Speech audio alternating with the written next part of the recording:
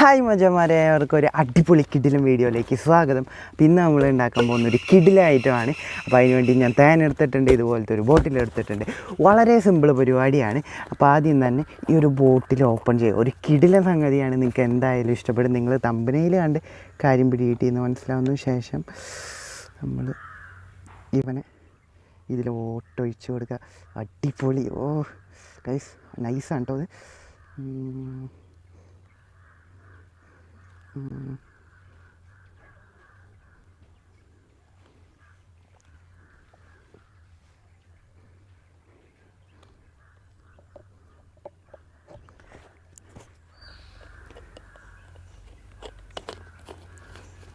Guys, ഇനി അവനെ തല കുത്തി നിർത്തിയിട്ട് ഒരു ദിവസം മുഴുവൻ ഫ്രീസറിൽ കയറ്റണം. അപ്പോൾ നമുക്ക് അത് ചെയ്യാം.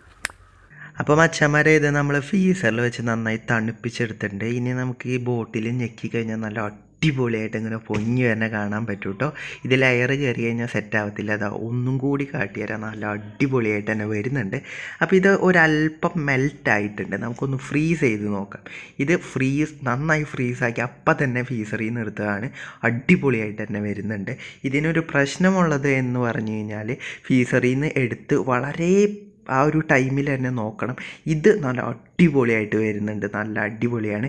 ഇനി ഒന്ന് ടേസ്റ്റ് ചെയ്ത് നോക്കാം. ടേസ്റ്റ് ചെയ്ത് നോക്കേണ്ട കാര്യമില്ല, കാരണം തേനിൻ്റെ ടേസ്റ്റ് എല്ലാവർക്കും അറിയാലോ. നല്ല അടിപൊളി കിടിലനാണ്.